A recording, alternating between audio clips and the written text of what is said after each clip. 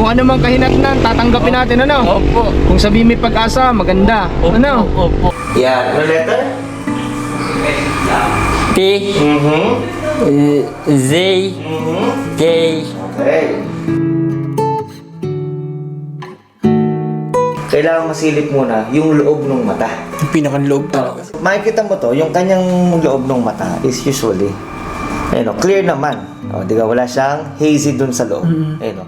Wala po akong ibang masasabi sa inyo kundi maraming salamat po sa mga tulong niyo sa akin. Nang dahil nga sa kagustuhan natin na pagbabakasakali na baka muli pang makakita si Tatay Romnick, ngayong araw ay schedule niya para na sa ganon ay malaman natin kung anong totoo sa kanyang mga mata. 'Cause I just can't let go,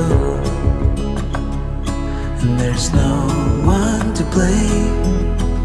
It's just the way it is. Like stone, emotionless in this world of stone. So, ayan guys, good day sa lahat. Magandang umaga sa inyo, napakaganda ng araw natin. Nandito na si Tatay. Minute up na lang namin siya dito sa may kalsada, dito sa highway. At ihatid na lang daw siya dito. So, dito na si Tatay, oh. Tay! Kuya, hatid na lang namin siya. Kanina pa ako kayo. Ha? Kanina pa ako. Hindi naman, tara, pasok ka. Saan ba? Diyan sa kabila? Diyan. Halika. Kamusta ka, Tay? Ayos naman po. Ayos naman. O, doon sa kabila, sa likod. Sa likod na lang. Dito tayo. Dahan-dahan lang tayo, ha? Sige. Hop. Doon ka. Yan, yan. Okay, pasok ka, Tay. Kaya mo? Sige, usod mo na lang yung bag, Tay, para makaupo ka ng ayos po. Yan. Okay. So, tara. Dito na si Tatay. Papacheck up natin siya, guys. Ngayon yung schedule niya. Pinangako natin to kay Tatay, kaya kailangan din natin to pa rin. At saka gusto rin natin na gumaling si Tatay. Nasa po mga anak nyo, Tay? Napasok po. Nagpasok ngayon? Opo. Ikaw, hindi ka talaga nagtrabaho ngayon? Hindi po. Maganda naman. Okay, ready ka na ba ma-check up? Ready na po. Kung ano mang kahinatnan, tatanggapin natin, ano? Opo. Kung sabihin may pag-asa, maganda. Opo. Ano? Opo. Maganda yung handa tayo. Okay, so tara guys, biyahe na muna tayo.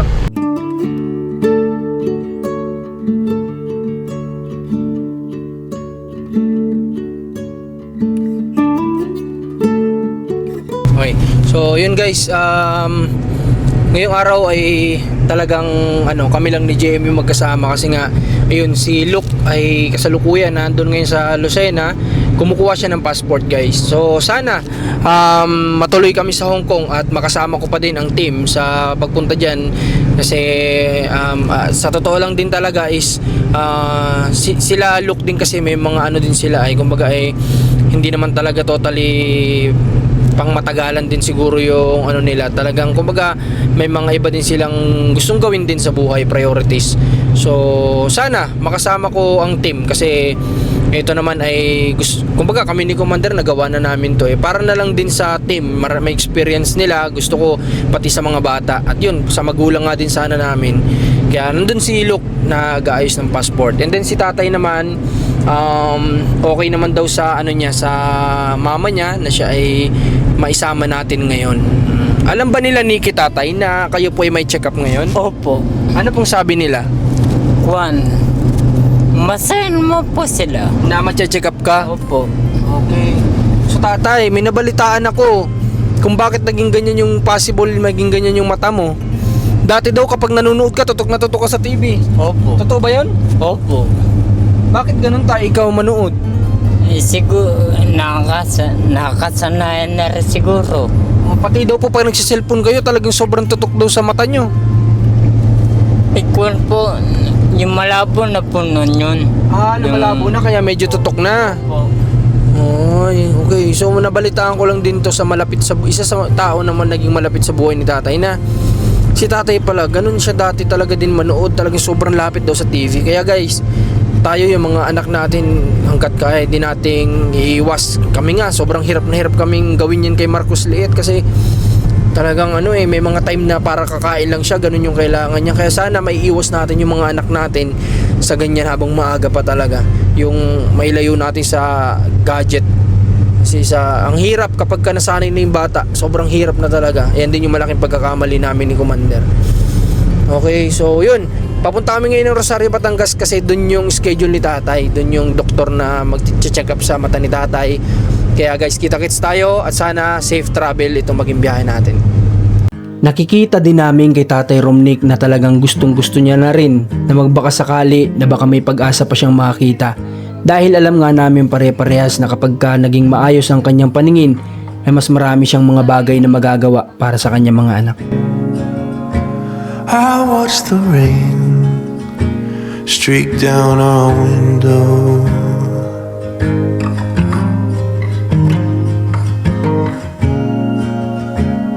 We never dreamed it'd get this bad. Okay guys, so ayan, dito na tayo para pa-check up si tatay. Diyan si Doc at si tatay ay nandito pala sa kabila. Mali ako napunta. Dito pala. Tay, halika na po. Okay ka lang? Okay lang. Halika na, para malaman natin yung mata mo kung anong kung ano ba yung ano niya, kung ano yung sistema ng mata mo. Pero tayo nakakita ka pa naman, di ba? Oo po. Malabo lang, blurred lang. Baka madala sa salamin, malay natin. Di ba? Tara, pasok tayo tayo. Sige. Okay. Sige, sir. So, gusto niyo pong i-diretso ko na sa loob? Pwede naman po. Okay. So, andito tayo ngayon sa Deo po ba? Dio Optical. Dio Optical. Dito po yung sa Rosario, Batangas. I-search nyo lang, malalabas po siya sa Google nyo. Dio Optical Clinic. Pasok tayo dito sa loob. Lawak. Ayan. Sige tayo. Diretso. Okay. Magandang araw po. Po.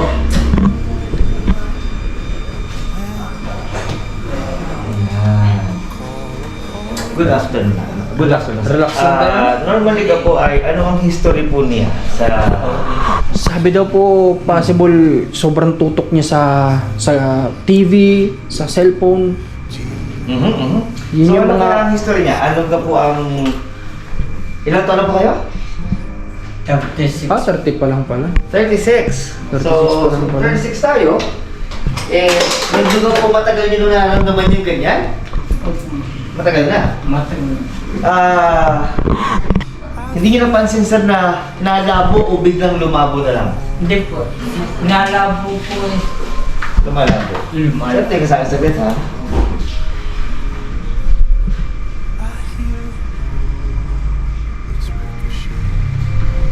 Kumusta, sir, yung iyong history sa BP, sugar, may problema o... Wala naman po kung... Hindi po na anong BP ko. sige. So, tingnan ko na lang din, ha? Opo. So, check natin po siya.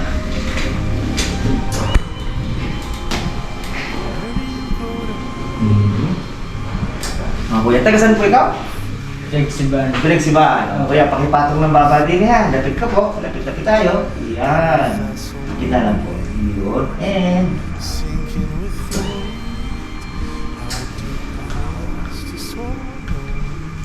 So, check natin. Lapat mo kayo yung noo mo din, eh. Ayos na lang. Yan. Relax lang po. So, look straight lang po tayo. Check natin. Yan.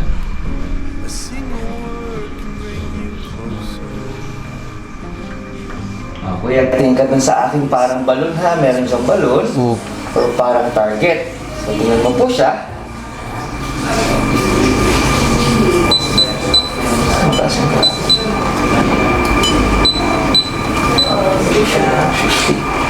Kuya, yung ating kaliwa naman.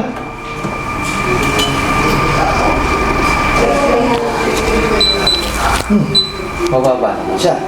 Sige po, check natin. Kuya, sandali ka din, ha? Sandali ka din, eh. Okay na. So, tingin ka na, mami.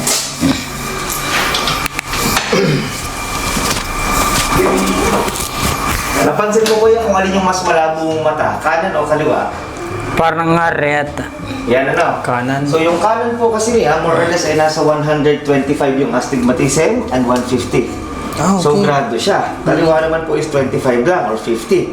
So, test po natin kung sa actual na magbabasa siya. Okay. So, normally din po, kaya tinatanong kung ilang taon na, is dahil kung minsan may mga salamin na kailangan ay 2 grado. Okay. So, kung doble vista or pang malayo. Sir, tingnan din saglit ha. So, 30 tayo. So, look straight.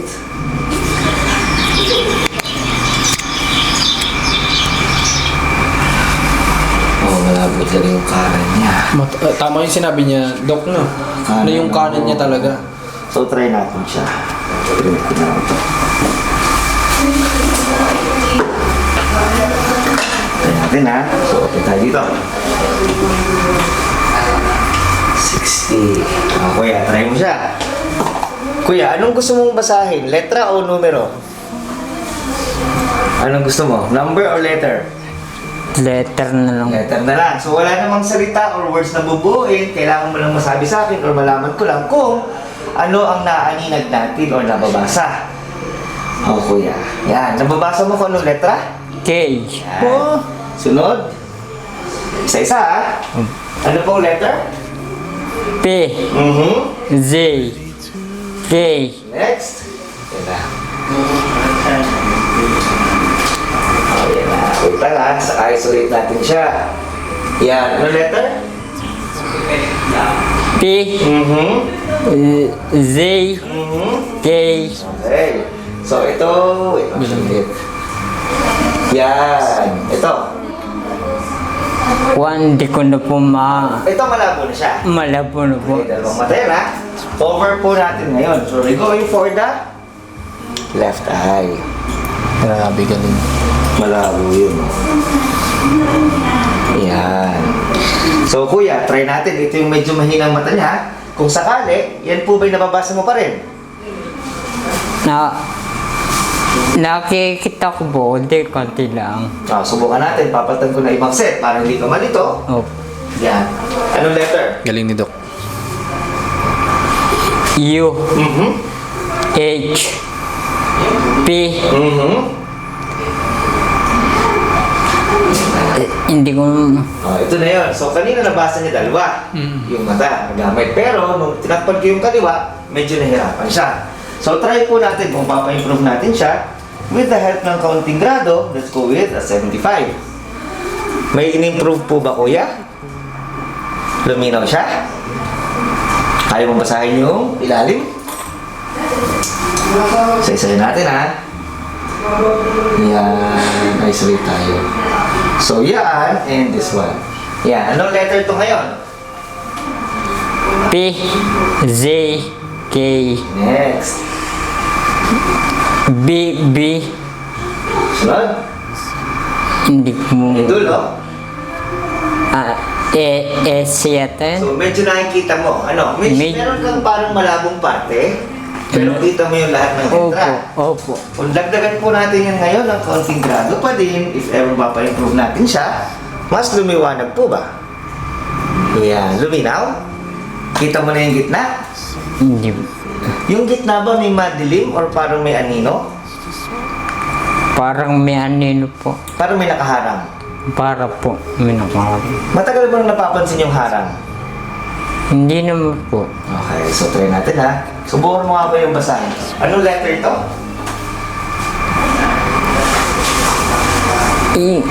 Alsin po ninyo kumayan. A. C. Hindi ko... Improve naman tayo sa gitna pero nawala yung dulo. Dulo. Natin ha. So dagdagan po natin siya from 75 to 125. Mas luminaw. Lumiwanag. Basa mo na ilalim lahat. Hindi. Parehas lang. Pares lang po. So kung yan at eto, yun din po ba? Opo. Pag tinanggal natin to, mas lumabo.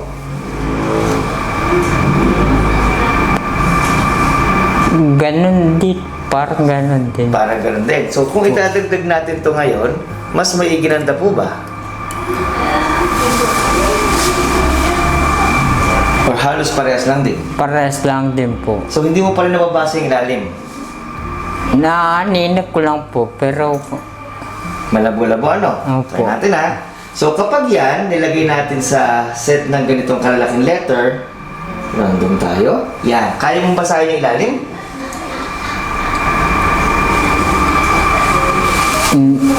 Aninag lang po. Aninag pa din. Opo. So yun po yung limit ng kanyang kanan. Medyo matagal na sigurong malabo. So kapag hindi kasi po na-stimulate yung mata, at kung mas maliwanag yung isa niyang mata po, magiging parang suppressed yun. Ibig sabihin napipigil ng utak natin. Pwede ka kasi tumingin ng sabay pero mahina ang isa, ang signal laging galing sa kaliwa lang.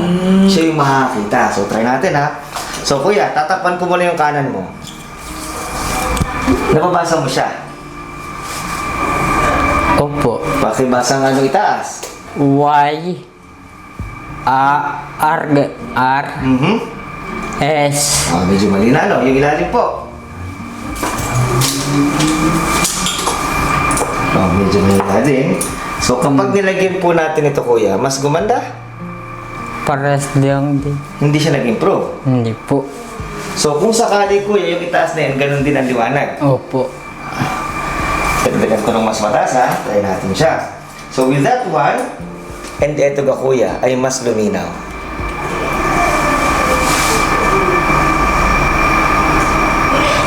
Ganun din po eh. Ganun din. Opo. So kahit dagdag natin ito, yan din. Opo. Halos ganun din ano? Opo. So check natin siya.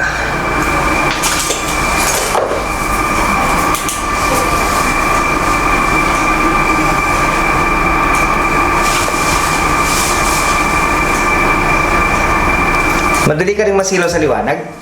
Opo. Okay, so kung sakali ko kasi, hindi siya pwedeng salaminan agad. Kailangan masilip muna yung loob ng mata. Yung pinakanloob talaga. Kasi kung makapansin natin, kuya, sandal ka sa kita ha. Opo. Napansin ko po kasi sa kanya, noong fila-flashlight ko siya, ito po kasing response ng mata natin sa gitna, hindi siya sumasarado. Or hindi nagko-constrict, hindi nagda-dilate. Ibig sabihin, hindi nagre-respond sa liwanag.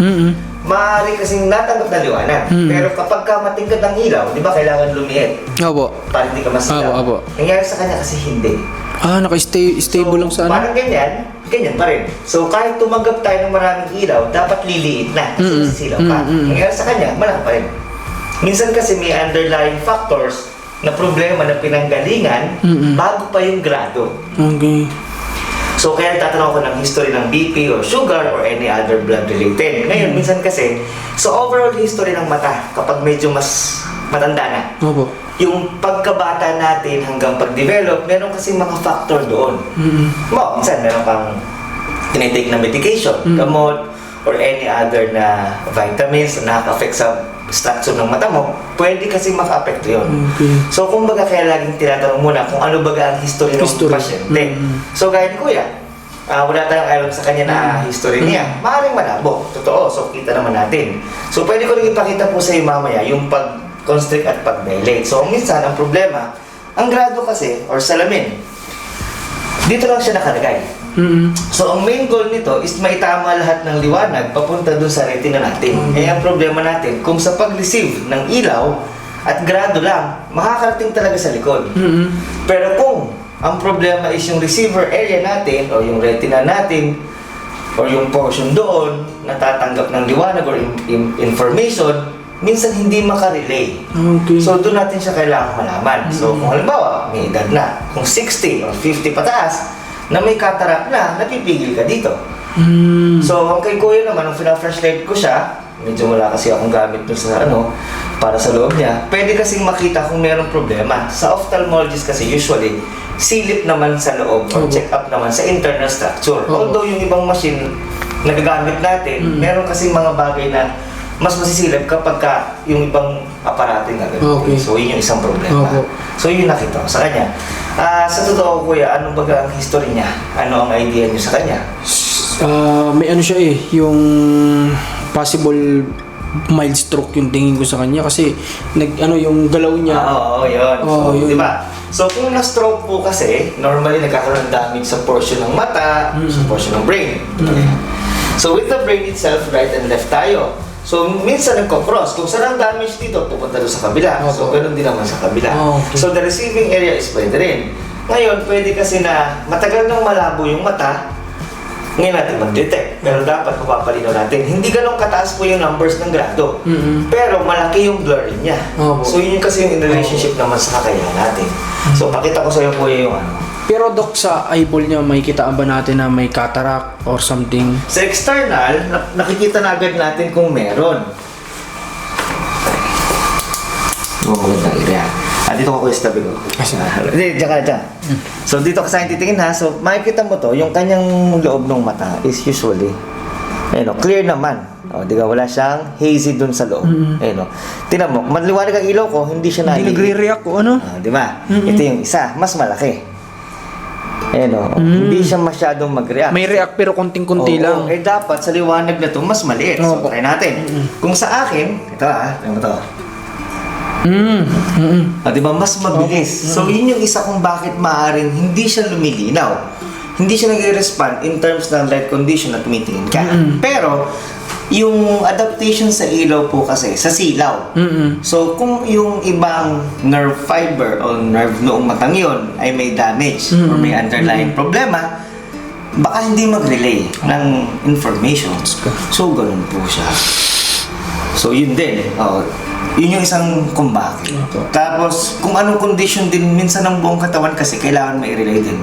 So, kung may medication na tinake, or mayroong accident na nangyari, or mayroong genetic problem din, pwede rin kasi kung gano'n. So, yun po yung pinaka-sagot doon sa tanong niyo sa akin. Minsan ganito, saan ko po siya pinagsibaan? Pwede kayo magpa-check up kada Wednesday dito sa ating munisipyo. Sa may agriculture na lugar, meron dun kasi po nag-check up para sa mga senior. Pero ophthalmologist kasi yon. Pero pwedeng mag-refer tayo dun sa agriculture doon kasi merong ophthalmologic department. So, ang maganda kasi doon, matitingnan nila pati yung loob niya. Loob talaga. Ang mata, oo. Ngayon, meron namang mga eye center. Usually, kung may mga ophthalmologist tayo dito sa Christ Savior or dyan sa mga ibang hospital natin, pwede pa rin tayong pumunta. Kasi minsan, para masilip nila yun. Pag medyo special cases, merong division na tinatawag na low vision, pwedeng doon dalhin. Pagka ganun nga, titingnan muna nila. Laging assessment po yan. Dati kasi may nag-check na daw sa kanya na doktor, sinabi daw na parang wala nang pag-asang lilinaw. So, ganun ang mangyayari sa mata kapag hindi na nga nag-respond. So, ang parang ganito yan. Pwede kasing wala ng remedy sa linaw. Pero nakakita pa din. Hindi ka po. So, kumbaga, in terms ng ability, nandun tayo sa low vision department na tinatawag. So, pag low vision ka, is just yung kanyang 20 vision niya is around 2200, corrected or uncorrected, PWD pwede. So, yun siya. So, kumbaga, hindi naman siya talaga sabihin natin na bulag, kasi kita ka naman. Pero, limited ang access ng linaw. So, in terms kasi ng ganyang category po, pwede kasing hindi naman mabawasan yung iyong performance sa day-to-day kasi pwede ka pa naman mag-adjust. Bawa, malabo. So, minsan may mga action kasi na hindi ka pwede sa sobrang mabibilis na galaw. Diba? So, you could go something na subtle lang or smooth. O kaya kung sakaling malabo ang mata at medyo may gagawin nga at may makakasama, sasamahan. Kung matingkad naman ang liwanag at medyo may hirapan, sunglasses. Pwede mga sunglasses po sila. So, ganun po yung pinaka ginagawa. So, management na. So, kung hindi pa naman din po na-exhaust lahat ng resources or lahat ng information, pwede pa kayong pumunta sa mga eye center. Kasi sa eye center, usually ba specific eye centers, sa Lipa, sa Villa, meron din kasi magte-test doon. Siyempre, oras at budget ang kailangan. So, titingnan din. So, kapag gano'n naman po na medyo mapuprove talaga na wala ng remedyo, wala talaga endpoint na maganda, management tayo. Kaya meron pong mga tinatawag na low vision aid. Yung low vision aid kasi, na dating ginagawa na, yung magnifying glass. So, ganun lang yung ating magagawa. Yung nga din po yung sa akin kumbaga kung ano na lang yung, kumbaga parang maiaalalay pa dun sa kasi ano niya. yung kung 40 years old yan, 36 years old yan, or 40, kaya sa ko lagi, tingnan natin. Kasi hindi ko pa masasabi na hindi ko siya pwede salamin unless hindi ko siya tinry. So, sa response kasi nung mata, yun nakita ko. Minsan kasi kung pagkamaganda sa ganyan, kung talagang ongoing ang treatment, masya-check lahat ng details, kung anong data. Yung check-up niyo po dati, hindi niya alam kung saan ginawa. Saan ka ulit tatay chinek up dati? Batangas po. Walang papel na binigay sa'yo, walang ano. Wala po. Maganda kasi natatago yung ganung papel. Yun nga po. Kasi para meron may kang pagbabasihan. review pagkatapos. So, mapapaliwanag. Minsan kasi, kaya mahirap, hindi pinapaliwanag or hindi Yun po. napapaliwanag ng Yun po. maganda. Kaya, pagpunta mo sa ibang doktor, manghuhula muna. Oo. Alam Walang na pagbabasihan. natin. Oo, kasi una, ako optometrist. Differences namin with ophthalmologist kasi, is basic na check-up namin is coming from the glasses. Opo. So, kasi ang glasses po is aid. Opo.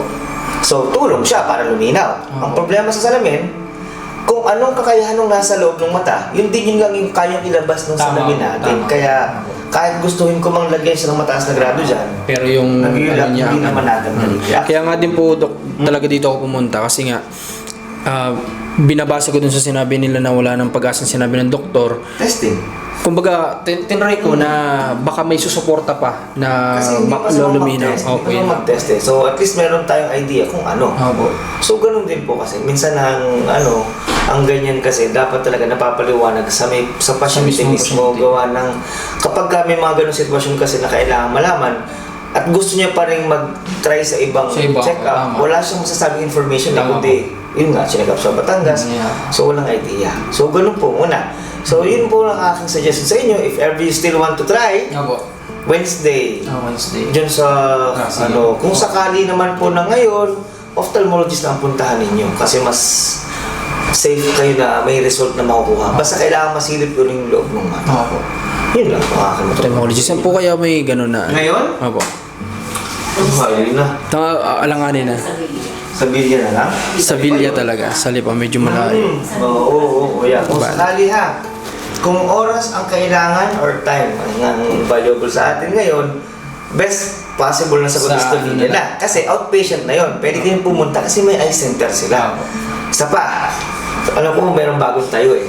Merong bagong tayong eye center sa may along din ng highway ng Lipa, yung sa Villa, di ba? Opo. Kung alam mo yung Villa natin, Opo. di ba kumakanan tayo doon? Huwag kayong kumanan, dumiretso lang kayo. Siguro mga isang kanto lang yun. Meron bagong building, di ba? Bagong building. May Lipa Eye Center doon. Opo. Okay. At, So, pwedeng LCC yata, LEC pwedeng- o LCC o LECC, gano'n. Bago yun, hindi naman lang ako contact eh. Opo. Kasi nakita kong eye center. Opo. Eh pag ako kasi, pag nakita kong eye center, specialist yun, di ba? Opo. So we check, kasi ophthalmologist ang nakabase. Opo. Huwag na kayong papayag sa optometrist kasi optometrist medyo limited kami. Opo. Understood na yun. So that's why we take into account lahat ng eye center na nasa paligid ko kasi gusto ko mag-refer. Opo. Kasi gusto ko nga makuha ng pasyente ang kailangan. Opo. Yun bukas yun sigurado. Pwede yata makita sa Facebook eh. Sige, tingnan ko muna yung ano nila, yung mga schedule siguro. Kung Oo. anong araw sila Pero open, kung ganyan. halimbawa namang hindi rush na rush at Ah. medyo ano nga, dyan sa munisipyo natin meron. By ano po yun? By Wednesday, alas, manulit pa. Tiga. Okay? Sige po. Siya, ganun lang muna. Sige po. Tayo, halika tayo. At least, ano tayo, nalaman natin kung may possibility ka sa ganito o wala, di ba? Kung maintenance po kasi, pwedeng magsalamin yan. Pero ang tanong nga lagi is, anong maitutulong nung salamin? Opo. Opo. Kung yung salamin po is makakatulong, bakit hindi? Kung Opo, hindi, tama ibang po. aid naman. Halika. Sige. Salamat do.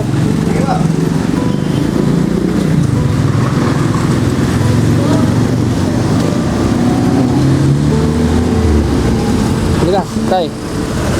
Andito.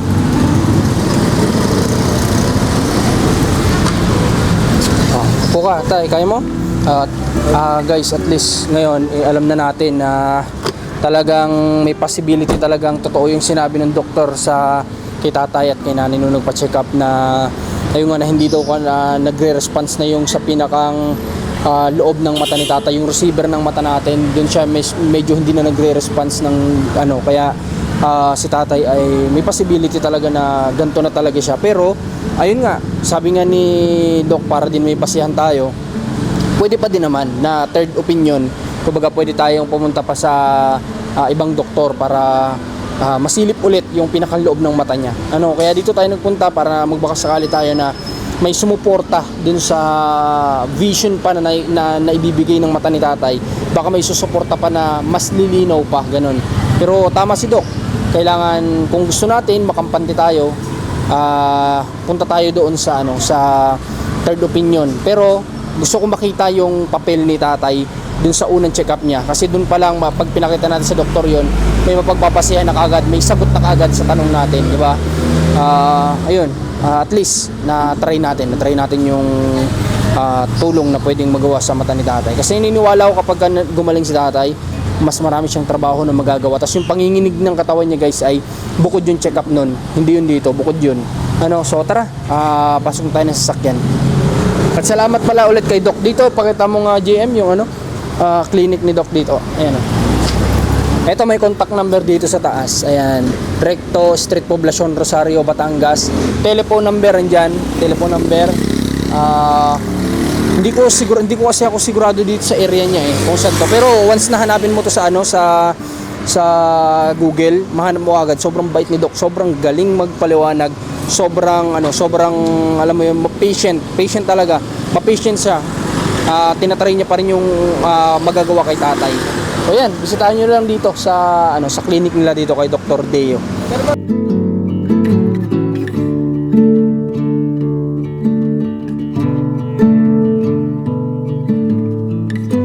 Alright guys, so ayan, pabalik na din muna kami ngayon sa bahay nila tatay. Kasi nga, pero kakain muna kami, manananghalian muna kasi tanghali na din naman. So before natin siya ihatid, pakainin muna natin si tatay. Medyo lahat naman ng pinaliwanag sa amin ni Doc ay napakalinaw niyang na-elaborate sa amin lahat ng details about sa pag-check up niya kay tatay. So kanina natutuwa ako nung kapag kababasa si tatay tapos may nababasa siya, di ba? Kasi yun kumbaga nakakatuwa din palang makita si tatay na nababasa niya pa yung ganun dahil sa tulong din ng mga kanina. Pero yun nga lang, gusto din ni Doc matingnan yung pinakang loob muna nung mata ni tatay. Although alam na din yun ni Doc, siguro hindi niya lang din pinangungunahan alam niya na rin kasi doon sa pag-check pa lang niya nung eyelid natin, kung hindi ako nagkakamali yun yung tawag doon, yung pinakang bilog ng mata natin, yung sa pag-response pa lang kasi noon kumbaga malaman na din natin kung saan din yung pinakang problem. Pero ayaw lang din siguro ni Doc sabihin o direktahin kami kasi gusto niya rin na kumbaga magpatingin pa sa iba para baka sakali na lang, di ba? Wala namang masama sa pagbabaka sakali. Pero di ba sinabihan naman kita tayo kanina kung ano man resulta tatanggapin natin, di ba? Opo. Tapos ang pwede pa natin magawa dito kay tatay bukod doon ay yung sa panginginig na ng katawan niya, yan ay sa pinakang hospital na siguro natin siya dadalahin sa related sa ganyan niya. Diba, kung ang tingin ko dyan baka bigyan si tatay ng ng mga pang muscle control para nang sa ganun nakokontrol niya yung panginginig ng katawan niya, di ba? Okay, basta ngayon at least ngayon may nagagawa na tayong hakbang para kay tatay. May nasisimulan tayo, di ba? Okay. So tay, kakain muna tayo tatay, ha? Opo. Maraming salamat po. Okay lang po tayo, kain muna tayo para bago ka umuwi baka mamaya magtatrabaho ka na naman. At least may laman na yun dyan mo. Biyahe muna kami si Luke, susunod daw guys, susunod. Natapos na siguro agad yung passport niya. Tinatanong ni Commander kanina kung nasan kami at susunod daw si Luke.